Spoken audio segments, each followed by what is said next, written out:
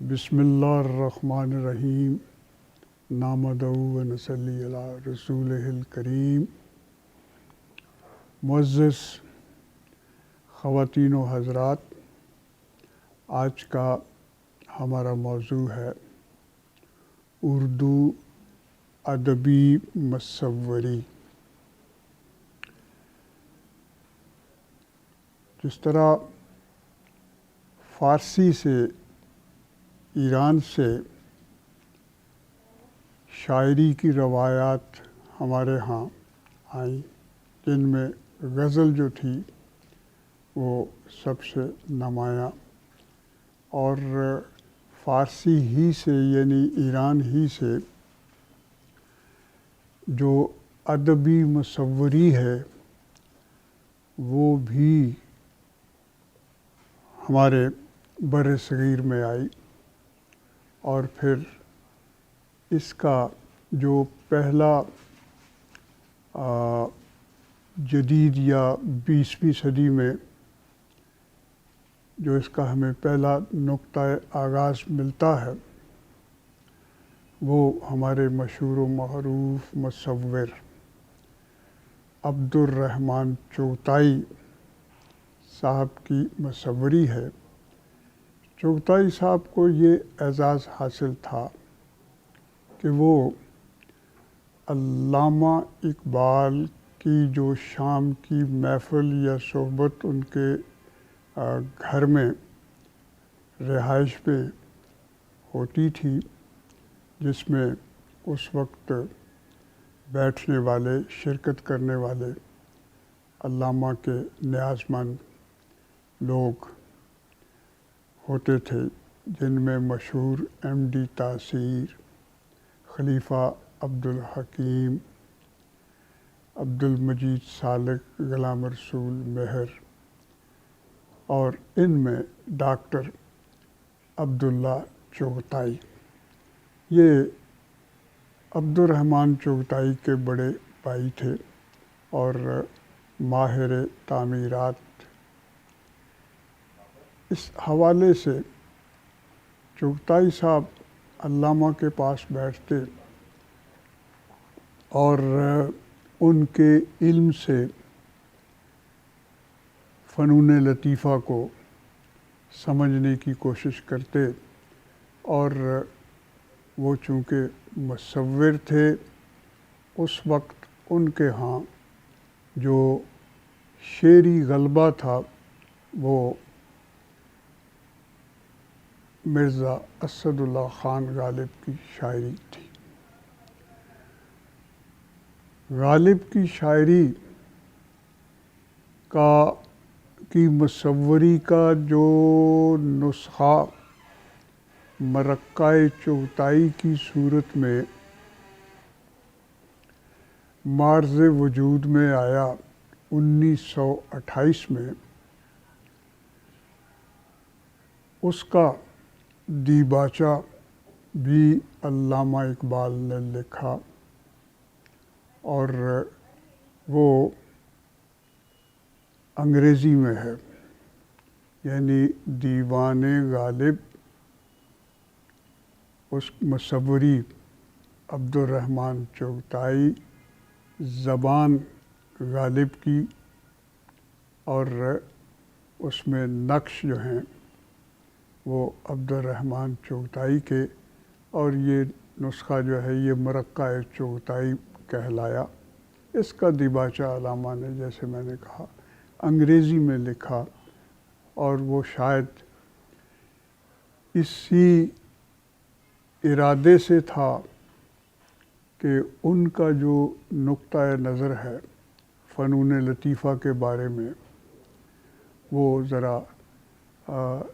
بہت پڑھے لکھے، اچھے پڑھے لکھے لوگوں تک آسانی سے پہنچنا چاہیے۔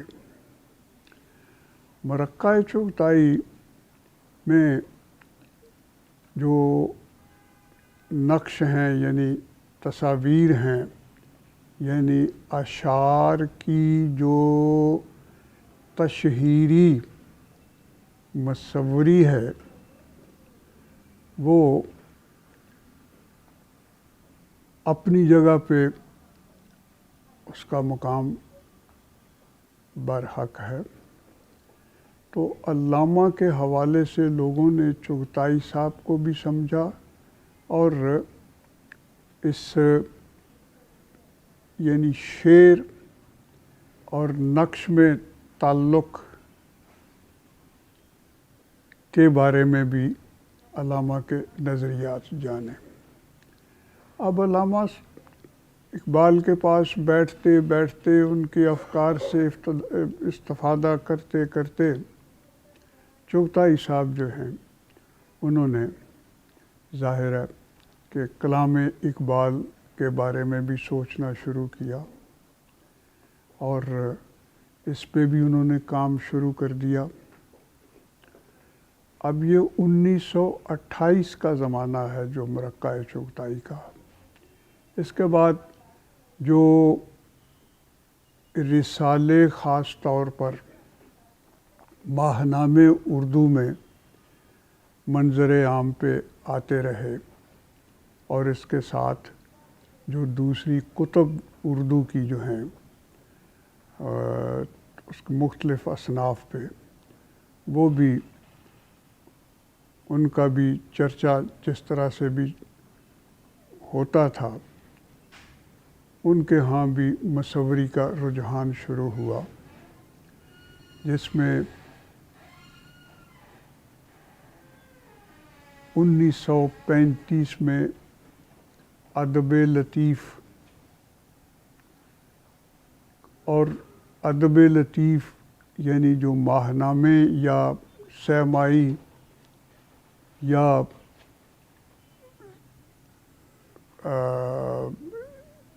ششمائی جو رسالے جرائد منظر عام پہ آتے رہے، ان میں مصوری کا حصہ ذرا ان کے سر ورق تک ہی محدود، کہ ہر ماہ یا ہر 6 ماہ بعد یا ہر 3 ماہ بعد یا پھر اس کا جب سال نامہ آتا تھا تو وہ سال نامہ پہ سالگرہ کے حوالے سے سر ورق جو ہیں مصوری وہاں جگہ پانے لگی، اور اس طرح سے اردو ادب کے ساتھ اس کی مصوری جو ہے اس کا دامن پھیلنے لگا۔ 1940 کی دہائی میں ہم دیکھتے ہیں کہ نیرنگ خیال اور اس کے پھر بعد نقوش وغیرہ جو مشہور، اور پھر سویرا، یہ جو 1950 کی دہائی میں مقبول و مشہور ہوئے، ان میں بھی جو مصوری جگہ پا رہی تھی وہ صرف ان کے سر اوراق پہ۔ البتہ 50 کی دہائی میں مکتبہ جدید نے جو کوئی کلاسیکی ادب، اردو ادب کا جو ہے نثری بھی خاص طور پر شائع کیا، اس میں بھی یہ تھا کہ چغتائی مرحوم اور استاد علا بخش اور اسی طرح ہمارے حصے میں بر صغیر کی تقسیم کے سلسلے میں آنے والے اس وقت مشرقی پاکستان سے زین العابدین، ان لوگوں کی تصاویر جو تھیں، ان لوگوں کی تخلیقات، مصوری کی تخلیقات جو تھیں، وہ سرکاری پرچہ، ماہ نو وغیرہ، یا جو میں نے یہ دوسرے نقوش اور سویرا وغیرہ کے نام لیے ہیں، وہ ان میں مصوری کے نمونوں کی بنا پر شامل کیے جاتے تھے۔ وہ ان جرائد کے اندر مضامین ان کے اندر افسانوں، ان کے اندر داستانوں، رپورتاجوں اور یا اس طرح نظموں غزلوں سے ان کا تعلق جو ہے وہ نہیں ہوتا تھا. وہ صرف سرورق تک یا وہی جو ششمائی، سہمائی یا سالانہ ان کی سالگرہ کا جو پرچہ ہوتا تھا، وہ مصوری اس حوالے سے ان کے سرورق پہ اندر ان کے مصوری کے نمونے مصوری ہی کے نمونوں کے طور پر شامل کیے جاتے تھے. وہ اندر جو اصناف سخن ہیں ان میں سے کسی کی تشریح کے طور پر ان کا کوئی سلسلہ نہیں ہوتا تھا. 1960 کی دہائی اصل میں اس سلسلے میں ایک خاص مقام بلکہ سنگ میل کی حیثیت رکھتی ہے کہ اس میں لاہور ہی سے اردو ڈائجسٹ انگریزی کا مشہور پرچہ جو تھا اس کی مثال یا اس کی نظیر یا اس کی طرح اردو میں اردو ڈائجسٹ ماہنامہ شروع ہوا. اور اس کا چونکہ اب وہ ماہنامہ تھا اور ہے اب تک، اس کا بھی سرورق جو ہے ہر ماہ تبدیل ہوتا تھا. اسی طرح نقوش جو تھا اس کا بھی جو بھی پرچہ آتا تھا خاص نمبر یا اس طرح، تو اس کا سرورق جو ہے وہ اسی حوالے سے. اب نقوش نے جو شروع کیے خاص نمبر، یعنی افسانہ نمبر، غزل نمبر، طنز و مزاح نمبر، پطرس بخاری نمبر، تو اس میں اب مصوری جو ہے وہ ان کے اس خاص نمبروں کے موضوع کے حوالے سے آہستہ آہستہ اردو ادبی مصوری کا رخ یا رجحان جو ہے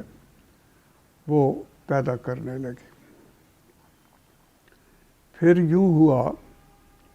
کہ اردو ڈائجسٹ کی مقبولیت کی نظیر پر پاکستان میں خاص طور پر کراچی سے بہت سارے ڈائجسٹ مختلف شکلوں میں، سراغ رسانی، سسپینس اور اس طرح بہت سب رنگ اور سب رس اور یہ وہ یا خواتین ڈائجسٹ وغیرہ وغیرہ، تو ان کے اندر اب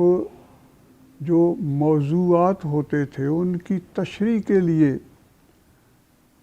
اب مصوری ایک ادبی مصوری کا باقاعدہ حصہ یا اس کا ایک باقاعدہ شعبہ بننا شروع ہو گیا. ہمارے مصور حضرات جو تھے، جو 1950 کی دہائی میں ایک نئی مملکت پاکستان وجود میں آنے کے بعد تخلیقی سطح پہ اس سوچ کے ساتھ اپنا تخلیقی ذہن استعمال کرنے لگے. وہ یہ تھا کہ جب ایک نیا ملک پاکستان بنا ہے اور اس کے اندر اب ایک نئی قوم، پاکستانی قوم جو ہے وہ آہستہ آہستہ تشکیل پذیر ہوگی، پھر اس قوم سے ایک معاشرہ بنے گا جو پاکستانی معاشرہ ہوگا. تو اس معاشرے کا جو ذوق جمال ہے وہ بھی اب مختلف ہونا چاہیے. وہ اس نئی مملکت اور اس کے اندر پنپنے والی قوم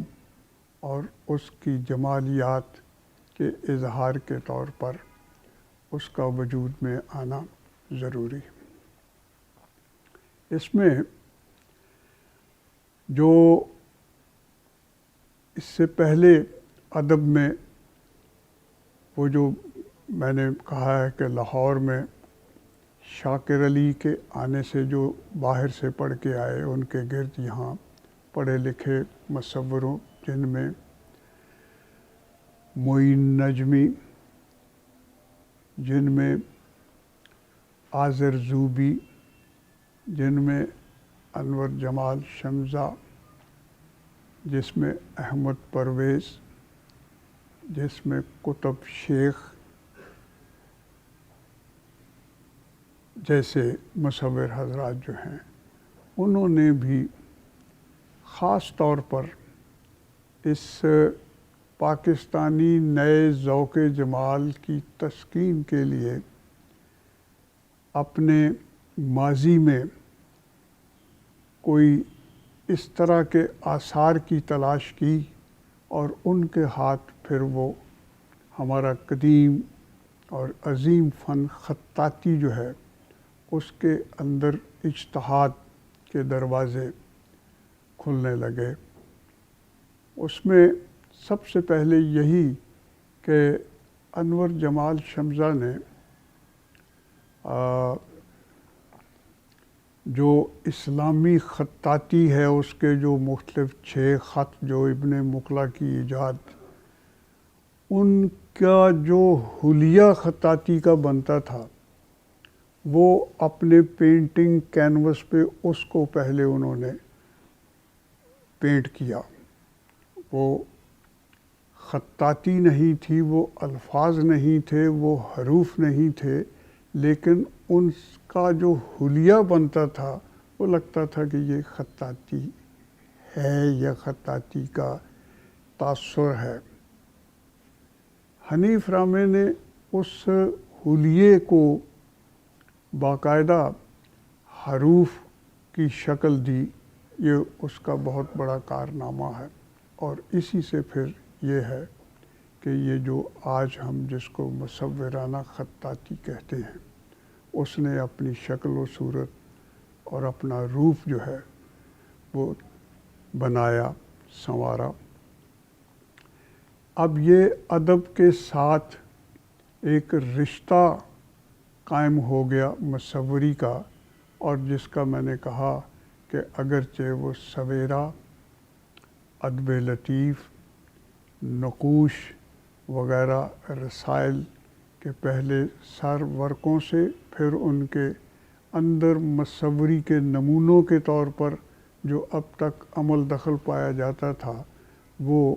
اب باقاعدہ ادبی مصوری کے رجحان میں ہمیں بدلتا نظر آتا ہے۔ اسی طرح آگے ہم جب بڑھتے ہیں تو 1960 کی دہائی میں ہماری نشر و اشاعت میں جو جدید ٹیکنالوجی جو ہے اس کی وجہ سے ایک اور نئے دروازے اور نیا ویژن کھلتا ہے، تو اس میں ہمارے نشر و اشاعت کے ذرائع بھی بڑھے۔ مثلاً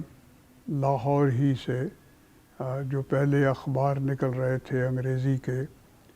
پاکستان ٹائم اور سول اینڈ ملٹری گزٹ وغیرہ، اور یہی پاکستان ٹائم میں بھی، اور پھر یہیں سے ایک اور ہفتہ روزہ لیل و نہار، یہ لیل و نہار فیض احمد فیض کی ادارت میں، اور پھر اردو کا اخبار امروز جو وہی پروگریسو پیپر کا ایک اردو اخبار تھا جس کا پاکستان ٹائم انگریزی تھا۔ تو ان کے اندر کچھ مضامین آرٹ کے بارے میں اور آرٹ کی بڑھتی ہوئی سرگرمیوں یا رجحان یا مقبولیت کے بارے میں یہ چیزیں ہمیں کسی نہ کسی صورت میں نظر آتی ہیں۔ اور جب 1965 کی جنگ ہوتی ہے، بھارت نے جو رات کی تاریکی میں ہم پہ جارحیت کی، تو اس حوالے سے جو جنگ کے اثرات جو ہیں وہ جو ادب پہ مرتب ہوئے،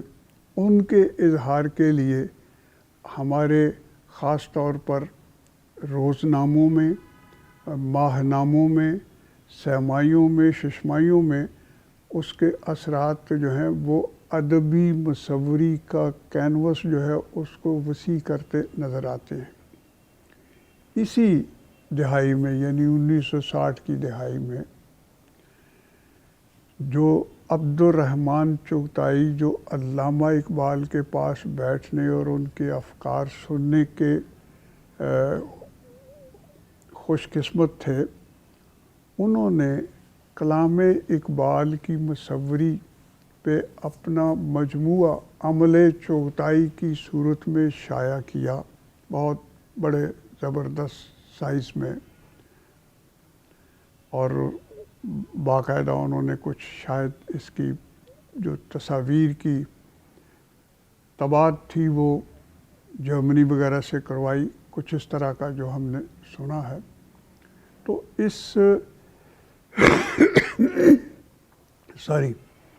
اس کتاب کے یعنی عمل چغتائی کے آنے سے یہ کتاب اس وقت کے صدر ایوب کے نام منسوب کی ہمارے مصور عبد الرحمن چغتائی نے۔ ان کو 1,00,000 روپیہ اعزازیہ ملا، اور ہمارے وہ صدر مملکت جو تھے وہ ان کے اسٹوڈیو تک، راوی روڈ پہ ان کے اسٹوڈیو تک گئے۔ یہ بھی ایک واقعہ تھا کہ ادبی یا شعری مصوری ہے تو شعری مصوری خاص طور پر ہو گئی، لیکن جو اس کے گرد ادبی مصوری نے جو ایک ماحول اب پیدا کیا ہوا تھا اس کو اور زیادہ، جسے کہتے ہیں کہ اس کی تحسین جو ہے اس کا ایک نیا سلسلہ جو ہے وہ شروع ہوا۔ حنیف سامع صاحب نے یہ جو دیوان غالب مصور کیا اور ان کو مختلف تنظیموں کی طرف سے سال کی بہترین کتاب یا خوبصورت ترین کتاب جو ہے اس کا اعزاز جو ہے وہ ملا۔ دوسری طرف یہ جو میں نے رسائل اور جرائد کی بات کی ہے، تقسیم سے پہلے اور 50 کی دہائی میں یہ دلی سے ایک فلمی پرچہ نکلتا تھا جس کا نام تھا شمع۔ اس کے اندر صدیقی آرٹسٹ تھے جو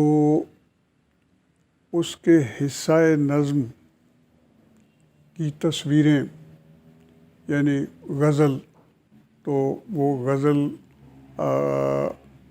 کے اندر وہی ایک کوئی حسینہ کسی خوبصورت انداز میں اس کے کسی شعر کی تشریح،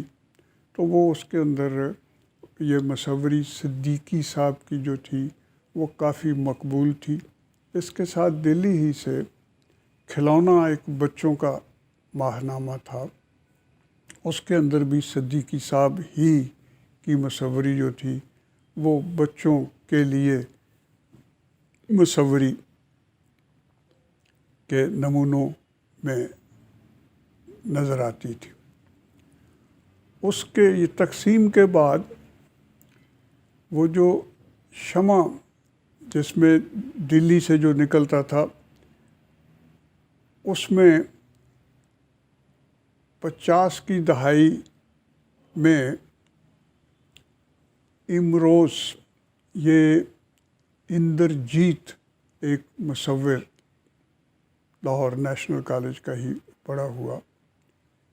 وہ اس میں آیا اور اس نے وہ جو ادبی مصوری یا شعری مصوری جو شمع رسالے کی صورت میں اس وقت سب سے ایک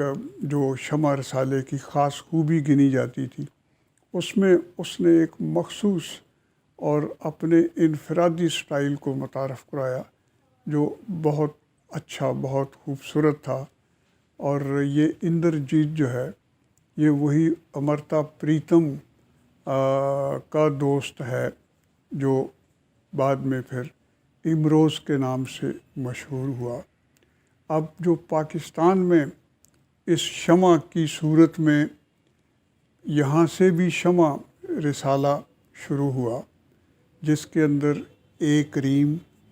اور اے حفیظ مصور حضرات وہ جو تھے وہ بھی اس کے حصہ نظم اور اس کے افسانوں کے اسکیچ، کوئی اس کے داستانوں کے کوئی سین، کوئی کردار جو بھی ان کے ذہن میں آتا تھا وہ ان کی مصوری اس طرح کی یہاں بھی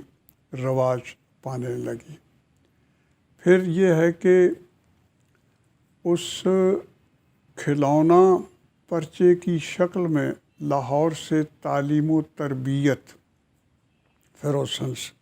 نے شروع کیا، اور اس میں بھی بچوں کے لیے وہی مصوری، تشریحی مصوری جو بچوں کے لیے کشش پیدا کرے، بچوں کو کے لیے جاذب نظر ہو، وہ ہماری ادبی مصوری ایک سمجھیں کہ بچوں کے رسالوں پہ اپنے بچپن سے جوانی کی صورت اس کا سفر شروع ہوا، جو اب 1960 کی دہائی میں وہ اردو ڈائجسٹ لاہور اور پھر اس کی تقلید میں کراچی سے کتنے ہی ڈائجسٹوں کا اجرا جو ہے وہ اب ادبی مصوری کی باقاعدہ شکل اس نے بنا دی، اس کو ایک صنف کے طور پر رواج دیا گیا، رواج پا گئی. اور ہوتے ہوتے پھر یوں ہوا کہ اقبال مہدی نے کراچی کے یہی جو میں نے ڈائجسٹ کہے ہیں ان میں غالباً سب رس میں انہوں نے مصورانہ ایک نیا تجربہ کیا، یعنی لائنوں کے ایک دوسرے کو کاٹنے، جس کو انگریزی میں لائن ہیچنگ کہتے ہیں، اس کے ذریعے اس نے بہت خوبصورت ایک ہی رنگ یا ایک ہی سیاہی یا ایک ہی کلر میں بہت ناطق قسم کی، یعنی بولتی ہوئی مصوری جو ہے اس کے نمونے پیش کرنے شروع کر دیے، جو خوش آئند تھا، بہت خوش آئند تھا. 1958 میں حنیف رامے نے اپنا ایک ہفت روزہ نصرت شروع کیا، تو اس کا بھی سر ورک یا اس کے اندر انہوں نے خطاطی اور مصوری کی آمیزش سے ایک نیا سٹائل جو ہے جو آج مصورانہ خطاطی کا وہ بچپن کہلاتا ہے وہ متعارف کروایا. اب یہ ہے کہ یہ 1960 کی جو دہائی ہے جس کو میں پاکستان میں ادبی مصوری کی سب سے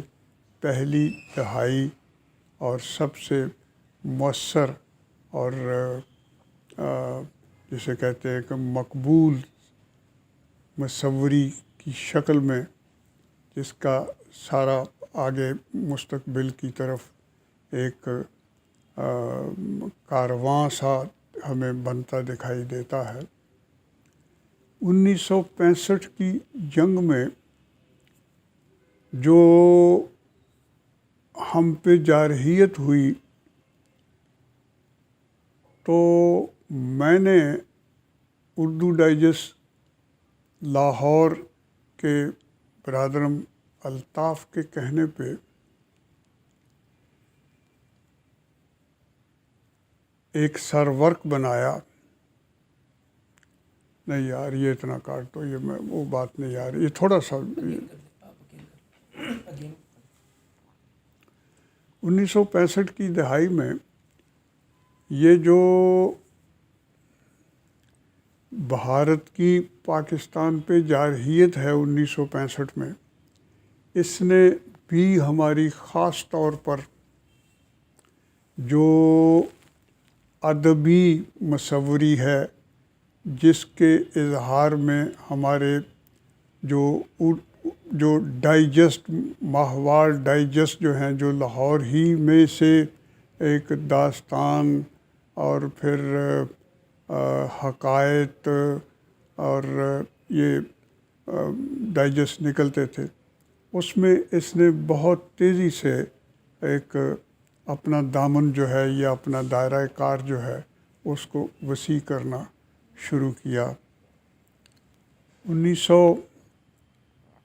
میں نے وہ جو حنیف رامے صاحب نے شروع کیا تھا مصوری اور خطاطی کا ملاپ، اور انہوں نے اس وقت کے چیف جسٹس رحمان جو اس آرٹ کے مصوری کے بہت دل دادا اور بڑے سرپرست تھے، ان کی کتاب ان کا نام لکھا، یعنی پینٹنگ میں الرحمن لفظ جو کہ مصورانہ خطاطی کی بھی اولی تخلیقات میں شمار ہوتا ہے، اور چونکہ ان کا نام ایس اے رحمان تھا سو وہ انہوں نے غالباً ان کو تحفتاً پیش بھی کی. اس سے ایک اور طرح کا مصوروں کے ہاں جہاں خطاطی اور مصوری کے ذریعے ادبی مصوری کی طرف پیش قدمی کا سفر جو ہے وہ ظاہر ہوتا ہے. تو اس میں میں نے پہلی مصورانہ خطاطی کی جو کلمہ طیبہ کی خطاطی تھی، اور اس میں وہی کہ جو قلم اور دعات اور کاغذ پہ جو خطاطی ہوتی آئی تھی، اس کو میں نے کاغذ کی جگہ کینوس، کلر کی جگہ آئل کلرز اور قلم کی جگہ برشز جو ہیں وہ استعمال کر کے تو وہ کلمہ طیبہ کی میں نے خطاطی کی، جو نقوش کے جنگ نمبر میں بھی چھپی اور میری مختلف نمائشوں میں بھی وہ چھپتی آئی. سو اب وہ جو ایک ادبی مصوری ہے اس کا آغاز جو ہے وہ رجحان بن کر مختلف صورتیں اختیار کرنے لگا. 1968 یعنی 68 میں پھر اسی اردو ڈائجسٹ کا ایک سر ورک میں نے جو اس کا سال نامہ تھا وہ میں نے بنایا الطاف بھائی کے اشارے پہ، جس پہ میں نے بسم اللہ الرحمن الرحیم لکھا. سو وہ بھی بہت مقبول ہوا، بہت، اگرچہ وہ میرے آج کے خط سے بالکل جدا ہے لیکن بہت مقبول ہوا، وہ رجحان ساز وہ بھی بن گیا. اب تک جو ادبی مصوری ہو رہی تھی، یعنی کس طرح کی عمل چغتائی اور دیوان غالب حنیف رامے والا، وہ اس میں بالکل تھوڑا سے یعنی ہماری کوئی کتابیں آئیں جو کہ شاعری کی کتابیں ہوں اور ان کو السٹریٹ کیا گیا ہو اسی طرح سے، وہ کوئی زیادہ نہیں ہیں، بس تھوڑی سی ہیں. لیکن یہ جو میں عرض کر رہا ہوں کہ 1960 کی دہائی میں نئے اخبارات، نیا میڈیم، نئے رنگ، نئے خط، نئے خیالات، یہ دہائی جو ہے یہ اس کی بھرپور مطلب ہے. اسی کے اندر یہ سارا پھر وہ غالب نمبر چھپتا ہے نقوش کا، اور 1969 میں اس کا میں سر ورک جو ہے اس کے اوپر غالب کا وہی جو غالب نام آورم نام و نشانم مپرس ہم مسد اللہ ہم مسد اللہ ہیم، اس طرح یہ باقاعدہ مصوری اور ادب میں ہم ایک رشتہ قائم کر دیتے ہیں. وہ آگے اس کی بہت ساری شکلیں بنتی ہیں. ہوتے ہوتے پھر جیسے جیسے یہ ٹیکنالوجی جو ہے یہ ہمارے ملک میں اس کے اثرات بھی آتے ہیں. وہ پہلے لائن بلاکس ہوتے تھے، پھر اس کے بعد ہاف ٹون بلاکس ہوتے تھے، پھر وہ کیا کہتے ہیں وہ فوٹو باقاعدہ چھپنے کے زمانے، اور پھر اس کے بعد یہ جو بالکل ٹیکنالوجی نے کمال کر دیا کہ یہ جو کمپیوٹر آ گیا، نستعلیق طرز خط جو ہے وہ آ گیا. پھر یہ ہے کہ کاغذ بہتر سے بہتر آ گیا، پرنٹنگ کا بالکل ایک نیا. اس نے پھر یہ ہوا کہ ادبی مصوری کے اندر مصوری، خطاطی، نقاشی، فوٹوگرافی، یہ سارے فنون جو ہیں وہ اس دن بدن دامن پھیلاتی اور نئے امکانات پیدا کرتی. ادبی مصوری کے نئے سے نئے روپ ہمارے سامنے آنے لگے، اور یہ ایک سلسلہ ایسا کہ اب ہم باقاعدہ دیکھتے ہیں کہ جو یہ ہمارے بہت سارے جرائد ہیں، پھر وہی بات کہ خاص طور پر ڈائجسٹ جو ہیں ان کے اندر اب وہ فوٹوگرافس جو ہیں وہ بھی ان کے اندر مصوری کر کے تھوڑی سی شامل کر کے، تھوڑی سی خطاطی شامل کر کے، تھوڑی سی نقاشی شامل کر کے، تو وہ تزئین و آرائش کا ایک نیا باب جو ہے وہ شروع ہوا، اور آج وہ بہت مقبول اور ہماری جسے ادبی مصوری ہم کہہ سکتے ہیں، اس نے نئے سے نئے امکانات جو ہیں وہ پیدا کر دیے ہیں. اور اب ہماری کتابیں جدید تزئین و آرائش سے آراستہ ہو کے باقی دنیا کی اس اشاعتی ذریعہ ابلاغ کو بہت بامعنی اور باتصویر کرتی نظر آتی ہے. شکریہ، بہت شکریہ.